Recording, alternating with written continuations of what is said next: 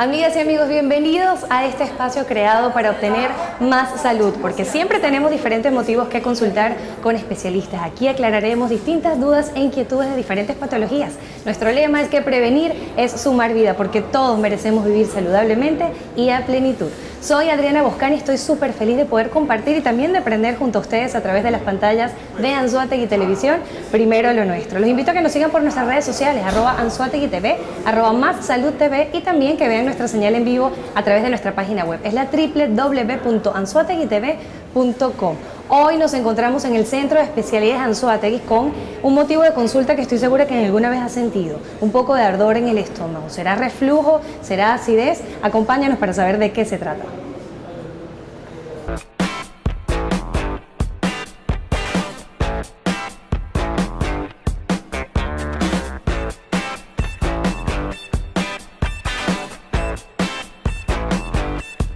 Y ya estamos dentro del consultorio de la doctora Neri Betancourt. Ella es médico gastroenterólogo, especialista en vías biliares, así que acompáñenme a darle la bienvenida. Doctora, gracias por recibirnos en su consultorio. Buenos días. ¿Cómo está? Bien, gracias. Yo tengo muchas dudas y estoy segura que hay muchas personas de las que nos están viendo también con respecto a ese ardor que sentimos en el estómago, que muchos lo llaman acidez, otros lo llaman reflujo. Pero vamos entonces a conceptualizar. ¿Qué es el reflujo? El reflujo o enfermedad de reflujo gastroesofágica es una patología que se presenta cuando el contenido del estómago sube al esófago sin esfuerzo, sin náuseas, sin vómito, sube y produce síntomas. Lo principal es la acidez. La gente se queja de acidez y dolor retroesternal. Eso se presenta, ¿por qué? Porque hay falla del esfínter esofágico inferior, que es como una válvula que tenemos en la porción distal del esófago. Es un anillo de fibra que contrae el esfínter y evita que el contenido del estómago se comunique con el esófago para producir daños. ¿Cuáles son las causas? ¿Qué motiva a que se dilate ese anillo que tenemos allí? Las causas eso es multifactorial, Muy o sea, bien. muchos factores de riesgo. Se dice que la obesidad condiciona que se dilate el esfínter, el embarazo, el cigarrillo, las personas que consumen muchas bebidas alcohólicas, los chocolates, se dice que también puede relajar el esfínter esofágico inferior y ocasionar reflujo. ¿Hay algún componente hereditario, genético, para padecer de reflujo? Es decir, si algún familiar de vía directa pues siempre tuvo reflujo, ¿yo lo voy a tener?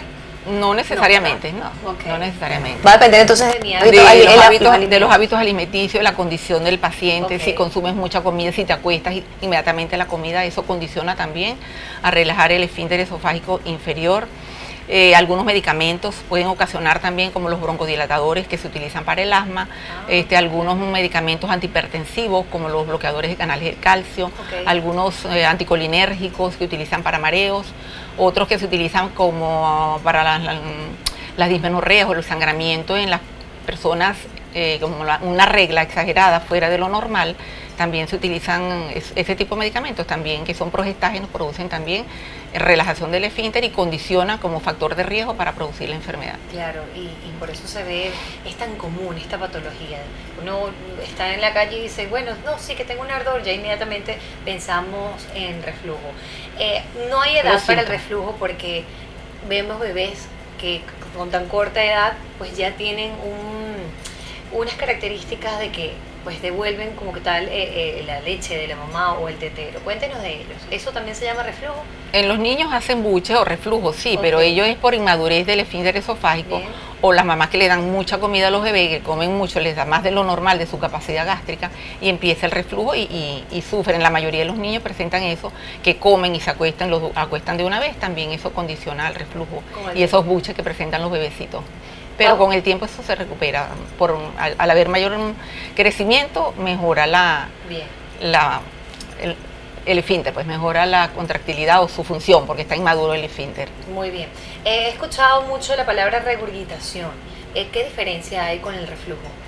El reflujo es cuando regresan los alimentos o superan el esfínter esofágico superior y llega hasta cierto punto y ocasiona acidez y incomodidad, dolor retroesternal y todos los síntomas que vamos a hablar los demás o los otros síntomas en este momento. Pero en las regurgitaciones el contenido gástrico sube y supera el esfínter esofágico superior y llega hasta la boca. Claro, entonces esas son regurgitaciones, se siente hasta la boca y se siente esa sensación quemante. Eso es la regurgitación. Ah, bien, entonces se es la diferencia. A confusión. Sí, parece lo mismo, pero es distinto. Y es reflujo. Ajá. Vamos a dar entonces los síntomas del reflujo. ¿Qué siento yo cuando tengo un reflujo? Lo principal es la acidez, o la pirosis, que se quejan de que le quema. A otros pacientes llegan con que le duele el esófago, sienten presión retroesternal, incluso se confunde con un dolor coronario. A veces pacientes van a una emergencia y piensan que es un infarto y resulta que el paciente tiene enfermedad de reflujo y está sintiendo esos síntomas. Otros pacientes empiezan con tos, mucha tos frecuente por irritación de la garganta y presentan tos, dolor retroesternal, eructos, hipo, también se presenta el hipo, molestias digestivas de otro tipo como acidez, ya dijimos que el ardor que se presenta, regurgitaciones, dolores, dolores ocasionales, pueden presentar también síntomas, estrechez, cuando el reflujo es muy avanzado, muy severo, se ulcera el esófago y producen estrechez y la persona le cuesta para tragar, incluso odinofagia, que es dolor al deglutir, o la disfagia, ya cuando es más avanzado hay dolor para tragar, o sea, el dolor o la dificultad completa para tragar a sólidos más que todo. Claro. El paciente se queja que no puede deglutir comida sólida, que siente que se le queda y es porque está haciendo ya lesiones del reflujo, úlceras y estrecheces. Bueno, no queremos llegar hasta ahí. ¿Cómo hacemos, cómo es el diagnóstico? Para saber que definitivamente es un reflujo y dar el tratamiento adecuado. El diagnóstico es clínico. Solamente. Realmente, o sea, el paciente se queja de esto, principalmente clínico, síntomas leves, o el diagnóstico, tú haces la clínica, pero tienes que complementarlo con otros exámenes. Lo principal es la endoscopia. La endoscopia digestiva superior es el principal caballito de batalla para nosotros los gastroenterólogos, hacer el diagnóstico. La endoscopia, bueno, para el público es un procedimiento en el cual se introduce un endoscopio, que es un tubo de flexible con una cámara en la porción distal y vamos evaluando exhaustivamente todas las características de la mucosa esofágica, los daños ocasionados por el reflujo y la clasificación, si es severa, leve o moderada, se hace a través del endoscopio. Ese es el principal diagnóstico. También existen otros que no son menos frecuentes o menos usuales en usarlo, pero que existen, es el pH, medir el pH gástrico, que es con una sonda nasogástrica, se le coloca y se verifica el pH o en qué momento suben los ácidos o en qué cantidad suben los ácidos al estómago, al esófago. Y la manometría esofágica, que es otro procedimiento que es a través de la boca también, a través de sonditas conectados a un equipo que registra el grado de acidez que llega al estómago. Interesante. Vamos a hablar entonces rápidamente, antes de hacer la pausa, de la endoscopia, para que las personas, los pacientes que nos están viendo y sientan que tienen esos síntomas, no tengan miedo en venir a la consulta por este procedimiento. Para la endoscopia se utiliza sedación, el paciente no siente nada, cuéntenos un poco. Sí, en la endoscopia se utiliza sedación, pero una sedación suave, no es una anestesia que los pacientes creen que lo van a anestesiar como en un quirófano, no.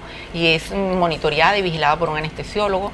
Generalmente se hace de esa manera, es muy segura para el paciente, no es traumática, el paciente no va a tener dolor.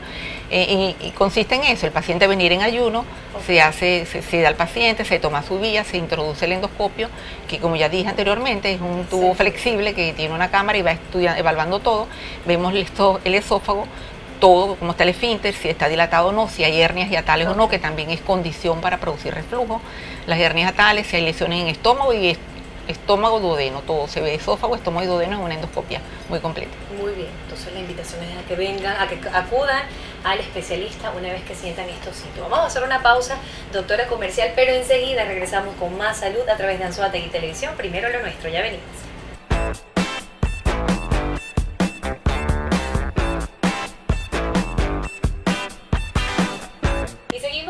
Con la doctora Neri Betancourt. Ella es médico gastroenterólogo, especialista en vías biliares. Nuestro tema de hoy, el reflujo. Así que seguimos, doctora, con este segmento que se llama mitos y realidades para que nos los aclare. El primero, solo se puede tomar paracetamol para los dolores cuando se padece de reflujo estomacal. Sí, bueno, no es que solamente se puede tomar esto, sino que es lo ideal, porque es menos gastrolesivo. Los antiinflamatorios no esteroideos, tipo ibuprofeno, profenil, esos son muy irritativos y producen mucho daño. Igual que la aspirina, el ácido acetilsalicílico también es irritativo. Entonces se recomienda el paracetamol y tomar los medicamentos con suficiente agua. Si sea el paracetamol, tomarlo con agua, porque hay gente que se los toma con saliva, o sea, no toma suficiente agua. O sea, no, yo me lo tomo así con la saliva y eso irrita, o donde se queda la pastilla, igual produce daño de mucosa. Muy bien. El segundo, beber agua fría cuando se tiene ardor es recomendable. No es muy cierto, porque a veces el agua fría produce más bien dolor, más mito que realidad. Yo diría, sí podría ser, sería utilizar temperatura normal o más fresca. Y lo que sí alivia ese ardor y esa acidez es soda, bicarbonato, porque neutraliza. Ok, entonces podemos colocarle un poquito de bicarbonato. Un poquito de bicarbonato al agua y la gente alivia, sí. O tomar una soda. O tomarse una soda. Todas las emociones afectan en el estómago. Eso sí es cierto, todas las emociones se pegan en el estómago, algunos lo manifiestan por ardor, acidez, otros les da aumento del tránsito intestinal, les da diarrea, cólicos, etc. Pero eso sí es cierto. Sí. El jugo de lechosa alivia las irritaciones del estómago. También es cierto, sí, alivia las irritaciones, no que cura. La gente dice, no, me tomé para que me cure, me mejora, estoy tomando lechosa porque no tengo protectores gástricos, pero no te mejora, simplemente te alivia los síntomas. Okay. Hay personas que le colocan limón al jugo de lechosa. También. No pasa nada. No pasa nada. Okay. Eso es bien. Fumar aumenta el riesgo de tener acidez. Sí. Es uno de los, de hecho, lo comentó al sí, son uno de los factores de riesgo, el cigarrillo, el tabaco, tabaquismo, el alcohol, exceso de comidas, salsas y picantes, todos esos irritantes son factores de riesgo para sufrir reflujo. Bien. Acostarse después de comer puede provocar reflujo. También. Sí, eso es cierto. Eso es cierto. Produce reflujo porque al acostarse se horizontaliza y si hay un esfínter flácido o relajado, pasan líquidos y más la molestia. De hecho, los síntomas son más importantes durante la noche, cuando la gente se acuesta, claro, o porque come mucho en la noche y se acuesta, da síntomas y se despiertan ahogados, asustados, etc. Claro. La dieta rica en fibra es buena para combatir los problemas de acidez. Sí, ayuda. No es que excelente, pero sí ayuda a mejorar o por lo menos neutraliza los ácidos en el estómago. Comida sana.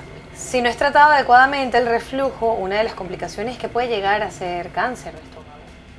Sí, de hecho es una de las complicaciones del esofagitis por reflujo, porque el daño continuo del esófago, el continuo paso de los ácidos gástricos del estómago hacia el esófago, producen lesiones y eso va ulcerando y producen esofagitis por reflujo. Dependiendo de la severidad, pues se va dando el grado de la severidad del esofagitis.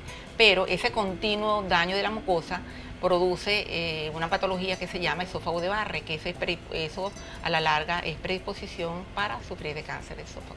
Claro, y como el paciente llega allí, si los síntomas me imagino que son bien amplios, debe estar bajo el estudio de un especialista. Son fuertes, pero hay personas que no consultan al médico, sino que toman un antiácido, comen, toman protectores gástricos inclusive, por su propia cuenta y se van calmando y cuando se dan cuenta ya van enmascarando los síntomas y cuando se presentan pues ya tienen dificultad para tragar y esas cosas. Qué importancia esto y que a todas las personas que nos ven estén claros. Se escucha muchísimo la compra inclusive ya de los genéricos, omeprazol, esomeprazol, pantoprazol, y sin acudir a un médico, pues yo me siento como raro, voy tomándome el protector gástrico y no ven las consecuencias, no están tratando de fondo la patología, sino que están aliviando los síntomas, pero la patología sigue. Alivia los síntomas, pero no cura, no mejora. O sea, lo toman un tiempo, se alivió ya, tienen que tomarse un tiempo prudente, por lo mínimo unos 2 meses para que eso desaparezcan los síntomas y mejore las úlceras. Bien, vamos a hablar de tratamiento con esta pregunta, doctor. Hay 2 personas en la calle que tienen 2 dudas y las vamos a aclarar. ¿Qué acciones debo seguir cuando siento ardor en el estómago? ¿Cuál es el tratamiento a seguir? ¿Qué hago? En el momento, si tiene el antiácido a la mano, tomarse su antiácido, acudir al médico para que le indiquen lo que realmente debe tomar. Perfecto. Y su médico de cabecera, inclusive un internista de primera entrada puede utilizarlo mientras lo dirigen o se canaliza con un gastroenterólogo, que es la persona idónea para esta patología. Allí tenemos... ¿Es recomendable tomar una pastilla de protector gástrico todos los días? Si no tiene los síntomas no es recomendable, no debes tomarlo de forma preventiva, no es lo usual. Se debe tomar si estás con síntomas y si está indicado por el médico. Siempre que esté prescrito por el médico. Por el especialista. Vamos a hablar entonces del tratamiento, doctora. Ya tenemos el diagnóstico, definitivamente hay un reflujo. Vamos a hablar del leve, que es el más común. ¿Cuál es el tratamiento a seguir? Para el reflujo leve, simplemente con cambiar el hábito alimenticio y algunas medidas o recomendaciones al paciente mejora. Simplemente con cambiar su estilo de vida. O sea, si comía mucha chatarra, que come mucho en la noche y se acuesta, si estaba muy gordito y empieza a hacer dieta, eso lo va a aliviar. De hecho, las esofagitis por reflujo leve, simplemente con cambiar el hábito alimenticio y su estilo de vida mejora. Ya cuando hay más síntomas, que es persistente, a pesar de hacer dieta, sigue sintiendo molestia, entonces ahí es donde se hace el diagnóstico previo a los estudios que dije anteriormente, la endoscopia, la pesimetría o alguna otra, la manometría, iniciar tratamiento. El tratamiento básicamente son los protectores gástricos, que incluyen los bloqueadores de bomba, que incluyen los isomeprazoles y pantoprazoles, varios que hay en el mercado, que ahorita no hay mucho porque hay mucha falla de medicamentos, como todos sabemos, y los bloqueadores H2, que son las ranitidinas, y los lanzoprazoles, que también producen bloqueo de H2 y mejoran la acidez del estómago. Es lo básico. Estos protectores gástricos, la función es mejorar la acidez del estómago. Mantenerlo allí equilibrado. Mantener equilibrado. Sí, por lo menos los bloqueadores de bomba bloquean directamente, actúan en la parte alta del estómago bloqueando la secreción de ácido, directamente en las bombas de protones, que son los que actúan directamente sobre las células que producen el ácido clorhídrico y es la que produce la acidez. Y los H2, como la ranitidina y los otros omeprazoles, pues actúan sobre esos canales H2 bloqueando o ayudando a disminuir la acidez. Hay personas que toman inclusive este protector gástrico de por vida. ¿Eso es posible? Sí, sí es posible, sí lo usan, pero no es lo más recomendable. No es recomendable. Claro, porque queda allí. ¿Cuáles son las consecuencias de tomarlo? No sabemos que está enmascarando el paciente con eso. Puede tener un cáncer y al final cuando se manifiesta tiene un cáncer gástrico, un cáncer esofágico. Súper evolución. Sí, no es bien, doctora, gracias por todas estas recomendaciones. Vamos a hacer una pausa comercial, pero enseguida volvemos con más salud a través de Anzoátegui Televisión. Primero lo nuestro, ya venimos.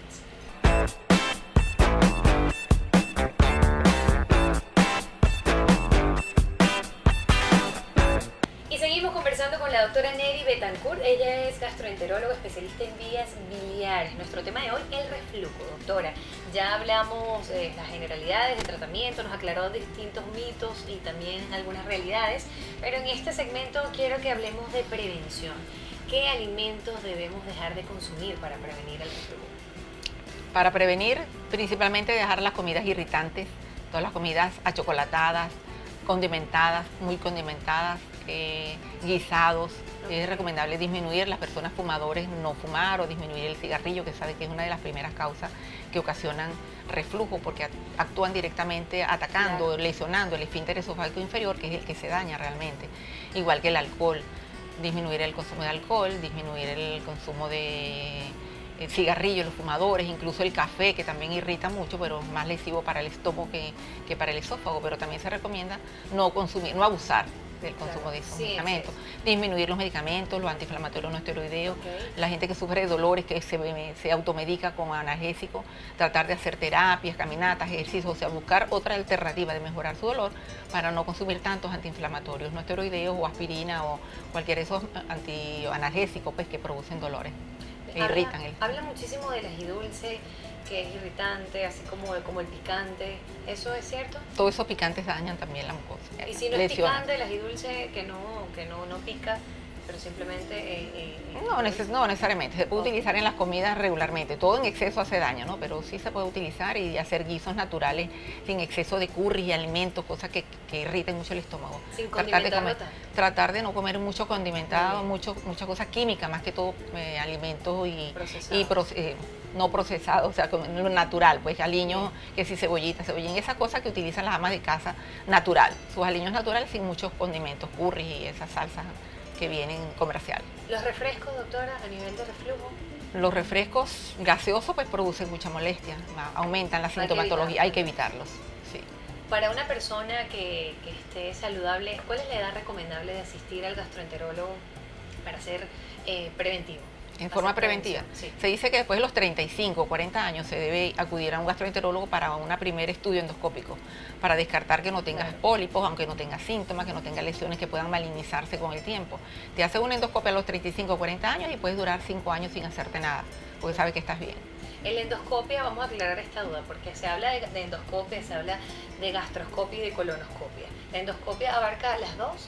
Tanto la gastro como las endoscopias son los dos, porque son estudios que se hacen a través de un endoscopio a vía superior, la gastroscopia, y la inferior es la colonoscopia. Pero los dos son estudios endoscópicos. Lo que pasa es que la gente tiende a decir la endoscopia, siempre piensa en la gastroscopia. pero la endoscopia es Cuando endoscopia hablamos de superior, endoscopia, abarca dos. las dos, la colonoscopia y la gastroscopia. Entonces La se hace la gastroscopia es la evaluación superior completa. y la colonoscopia es la inferior. Ah, es importante Se recomienda a los considerar. mayores de edad o mayores de 50 ya para los dos estudios, sí, para descartar pólipos y lesiones tumorales a nivel del colon también. Bien, y bueno, ya a nivel de reflujo ya hablamos que no tenía ninguna edad, simplemente prevención, alimentación No hay saludable. edad, porque hay jóvenes, muchachos, jovencitos que sufren de reflujo y tienen patología esofágica, incluso con síntomas severos, porque tienen mala costumbre o comen en la cama, comen y se acuestan, llegan porque están trabajando tarde y se acuestan y comen después las 10 de la noche y se acuestan inmediatamente con una comida muy copiosa, y eso va comprimiendo el esfínter esofágico inferior y va relajando Claro. y ocasionando el reflujo. Hablemos de las embarazadas, doctora. Ahí muchas hablan o se dice que si el bebé tiene mucho cabello, da reflujo, da acidez. Cuéntanos eso, ¿es un mito? ¿Es Bueno, una realidad? son ¿Pueden mitos, tomar son mitos, pero a veces las personas se quejan, no sé si será por el cabello, pero el embarazo condiciona mucha acidez, entonces Sí. se recomienda comer ¿Sí poco en la pueden tomar noche. antiácidos ellas? Sí pueden tomarlo, ya, Está porque complicado. ya va después de las 25 semanas ya el bebé está grandecito y no afecta. No abusar tampoco, no es recomendable en las embarazadas que consuman muchos medicamentos, pero si los tienen que usar, los utilizan sin ningún riesgo. Sin ningún Yo prefiero usar mayores de 35 semanas, pero en las de 20, 25 semanas, si están sintomáticas, hay que tratarlas y darles recomendaciones dietéticas y posicionales. La embarazada es bueno que se acueste, coma y camine un rato, no se acueste, se repose sentada, y si se va a acostar, se acueste lateral izquierdo para que no haya compresión y el bebé esté mejor y menos le comprima. Ciertos tips que deben saber y deben recomendársele a la embarazada para que disminuya los síntomas. Quería comentar algo. Cuéntenos. Las complicaciones, dentro de las complicaciones que presenta la esofagitis por reflujo, y tratamiento definitivo, al final hay personas que no responden al tratamiento, siguen quejando si quieren salir o resolver su problema, personas más que todas jóvenes que desean salir de ese problema y ya irían a la tratamiento quirúrgico, que es el último. Estaba olvidando hablarle de la funduplicatura o la cirugía, pues, Sí, del llega tratamiento a ver cirugía. en caso, dentro del sí, porque el tratamiento es cubrir con el parte alta del estómago, cubrir el esfínter esofágico inferior para fortalecerlo y evitar reflujo. Y se alivia o mejora muchísimo y disminuye el consumo de los protectores gástricos. ¿Y no vuelve a reincidir ese paciente en reflujo? Puede presentar la acidez, pero mejora muchísimo y puede mejorar si él toma las medidas y mejora su hábito dietético y su estilo de vida, mejora. No queremos llegar a esa cirugía. Espero que Así no. que vamos a prevenir y a tomar todos esos tips que nos acaba de dar la doctora Es Nelly importante. Betancourt. Gracias, doctora. Y en su A la orden. compañía, pues, y de todo mi equipo, hemos llegado al final de nuestro programa el día de hoy. Gracias por la sintonía, por estar allí. Gracias a mi equipo de producción por hacerlo posible. Los invito a seguirnos por las redes sociales, @MásSaludTV, @AnzuateguiTV. Gracias también a mi tienda que me viste siempre para todas las ediciones. Se llama De Noche Fashion. La pueden visitar en el Centro Comercial Camino Real de Nueva Barcelona. En el piso El 1, teléfono que me allí están, sí. Y que tengan todos un feliz día. Nos vemos en una próxima edición. Bye, bye. Chao.